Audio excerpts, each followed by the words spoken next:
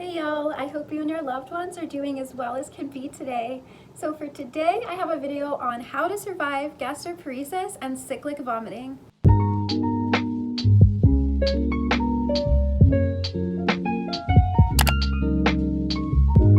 Quick disclaimer, I am not a medical professional. Obviously, I am a patient, which says a lot. I have dealt with this for many years. I've had the symptoms of cyclic vomiting and gastroparesis since I was about 7 or 8 years old. So I have lived with this a long time and battled the symptoms of this for a long time.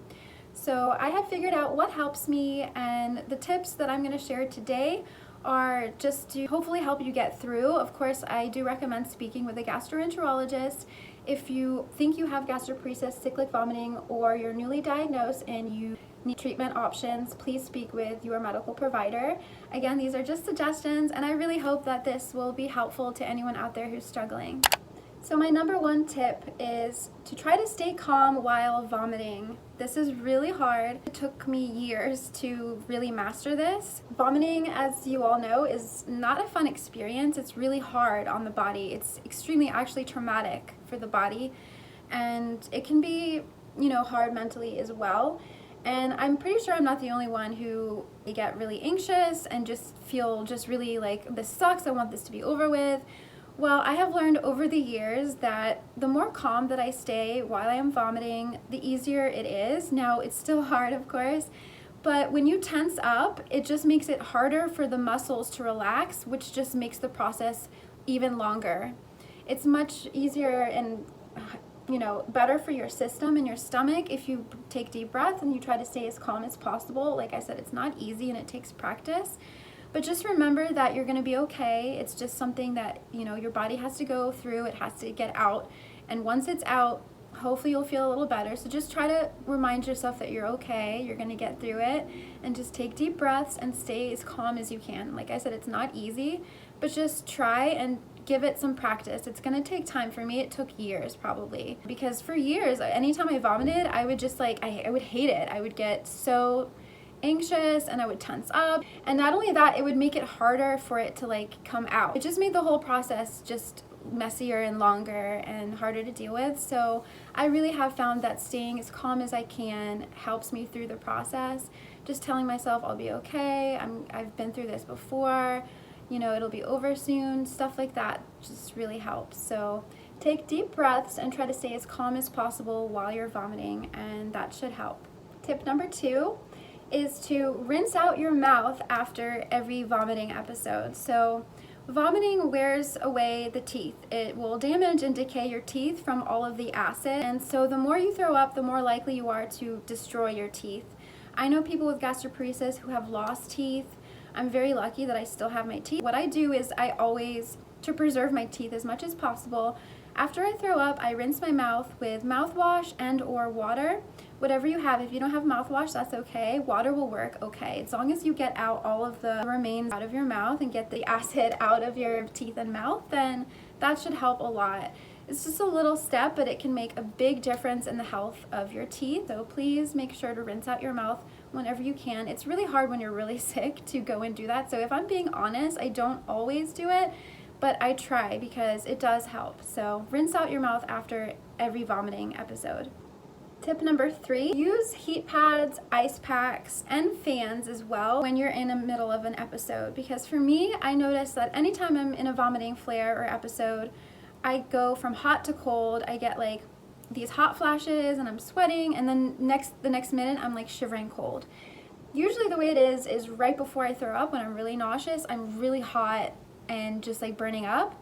So I have ice packs on my neck, sometimes on the back of my neck, which helps. If you don't have an ice pack, you can just wet a washcloth or rag and just wet it with some cold water and put it on your neck. You could also put it on your forehead, and that will help to cool your body temperature down. And then of course, when you are cold and shivering after you've thrown up, you can put your heating pad on and or add some layers. Layers is a great way I actually do this even when I'm not in the middle of vomiting. I almost always wear layers, where I'll have a camisole, a tank top, and then a cardigan or sweater or hoodie, whatever, over it. So that way when I get hot, I can take the hoodie off, and then when I get cold again, I put it back on. The layers is helpful for the temperature changes related to cyclic vomiting and gastroparesis, but it's also helpful for when we get sick on ourselves. I'm sure I'm not the only one who's thrown up on myself more times than I can count.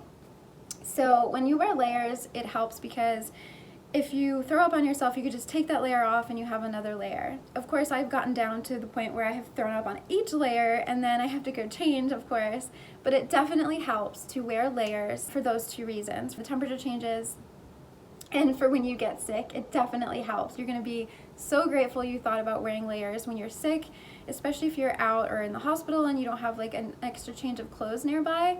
You could just take off that layer and be okay. So I recommend to keep an extra layer of a hoodie or sweater nearby, so that way if you get sick on one, you have another one to wear when you get cold. And again, heat packs are really good, not just for when you're cold, but for the pain. I noticed the nausea and especially the pain related to gastroparesis and cyclic vomiting can get so bad sometimes.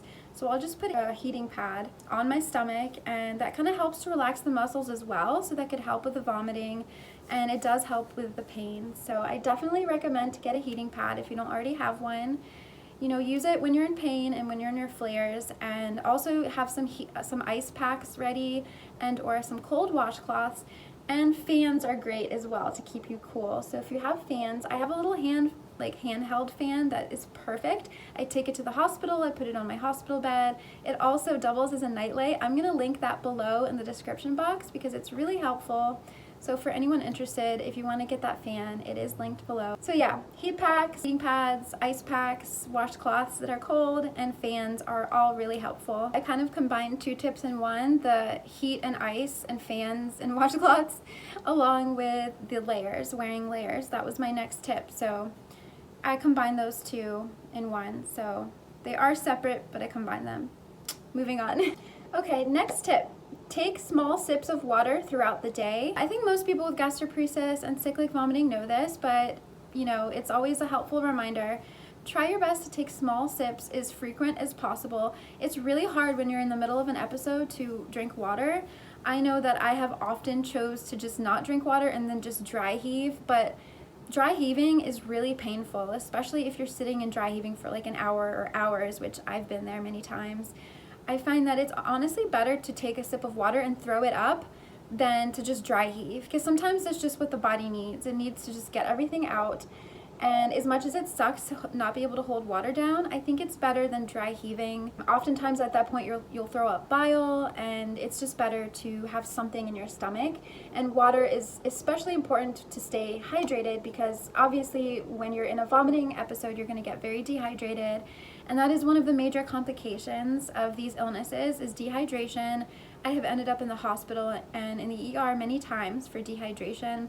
Despite my daily IV fluids that I get every day, I still get dehydrated. So it's really important to drink water. I know it's hard. You could also drink electrolyte drinks, coconut water, which is really good at replenishing, you know, the nutrients that are lost and the electrolytes that are lost when we're sick.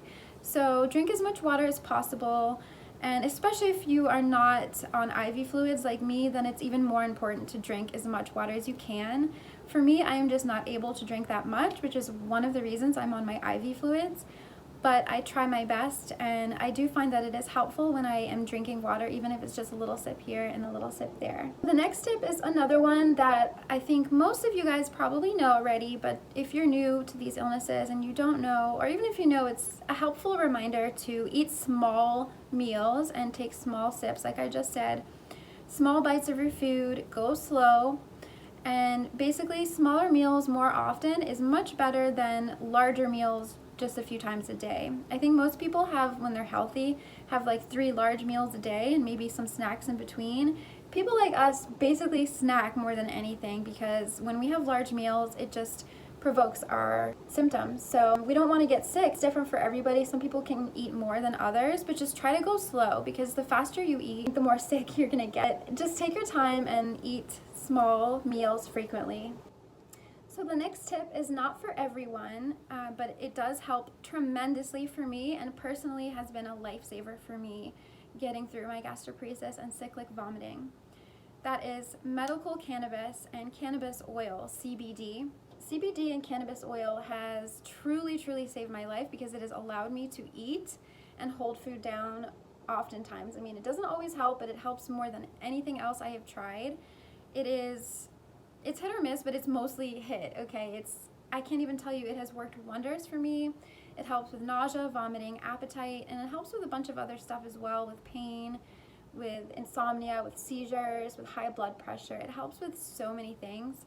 Now, this has been proven by research. This is not just my own personal experience and that of others. I know a lot of patients with gastroparesis and cyclic vomiting that get benefit from cannabis.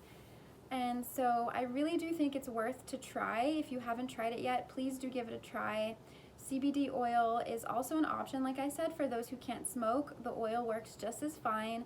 Now, it honestly isn't as effective, but it still helps because it doesn't have THC. It won't get you high, but it will help to give you some relief. Even if it's temporary, which it is, it helps so much. And when you're in the middle of a vomiting episode and you are so sick, all you want is relief. And I can guarantee you, you will get relief from CBD and cannabis. It is expensive, it's hard to get, so that's one of the big drawbacks about it, and that's why I don't always have it. But that's what helps me manage my symptoms more than anything. And you can do your research. This has been proven. I believe like NCBI, NIH, like there's different health organizations that are reputable that have done studies to back this up, and they have shown that cannabis actually helps gastroparesis more than any other proven therapies. There's no other therapies out there that help as much as cannabis. So it is a huge lifesaver. I would have already had a feeding tube by now and or been on TPN. Between my intestinal dysmotility and gastroparesis, cyclic vomiting, everything that I have, I've been sick for so many years and I get sick very often, but I would be sick literally all the time if I didn't have cannabis. I wouldn't be able to eat without getting sick. So it's truly a lifesaver for me. I can't speak enough on the benefits. It's a miracle medicine for me, truly it is, and I thank God every day for it. And I highly, highly recommend anyone who's seriously struggling, who can't hold food down, who's always nauseous, to try medical cannabis and or CBD oil, because I have heard very few people tell me that it didn't help them. I know so many people that it works for them. And like I said, it's not like a cure, but it helps tremendously. So that's a big tip. Cannabis oil and CBD oil and medical cannabis. Okay, the next tip is smelling an alcohol pad. Now this is kind of weird, I know. It doesn't work for everyone. Personally, it doesn't work for me, but because I've seen that it works for some people who have nausea, I thought I would suggest it. A nurse told me this years ago, and I was like, what are you talking about? She's like, yeah, some patients with nausea get relief when they sniff an alcohol pad. And of course the relief is usually temporary, but that's better than nothing. So again, it doesn't help for everyone. It honestly does not work for me. It never has, but it's worth giving a try because it does work for some people. So alcohol pads, just sniffing one, and it's probably, like I said, temporary, but better than nothing. Also, for me, what works is getting fresh air. Now, this is not like a huge relief, but it does help. When I crack a window or if I'm able to step out on my balcony and get some fresh air, it really, I don't know why, but it really helps. That's the healing power of nature, right? I guess it's just one of those things that you don't really understand why, but it does help. So again, not huge, but it makes a difference. So try cracking a window, or if you can, step out for some fresh air next time you're in the middle of a vomiting episode, or if you're just really nauseous, and hopefully that will help. Okay, my final tip is to work on your breathing. Practice some breath work, because breathing really, like I said earlier, it really helps you get through being sick, especially to those people who have emetophobia. Thankfully I don't, but it's very hard to be sick. It's very hard to vomit, and breathing just really helps to calm the body and relax the body as much as possible, which just helps the experience altogether. It helps you get through it. It helps you to calm down, and even after the episode, it helps you to recover from it. So it's not like maybe night and day, but it will help. So it's definitely worth trying. Just, breathe in through your nose, hold it for a couple seconds, and then breathe out through your mouth. So that's something that you have to practice. At first it might feel silly, but the more you do it, I find the more it helps. Yeah, just practice your breath work. It helps not only for being sick, but for a lot of things. and it can help mentally as well as physically. So that is my final tip. I really hope that all of these tips are helpful. Maybe they won't all be, but maybe 1 or 2 will be, so they're worth giving a try. And I'm sending so much love and all of my healing vibes that I don't have, but I wish I had, to all of my warriors out there. You guys, I have so much respect for everyone or anyone who goes through cyclic vomiting or gastroparesis or any serious gastrointestinal issues that will, you know, completely change your life. And it's very hard. It's very hard. So like I said, mad respect for you guys. Stay strong. You guys got this. I know it's hard. I know sometimes we just want to give up, but it will get better. There will be better days. And I will hope and pray that you all will find some relief and that some of these tips will be helpful for you.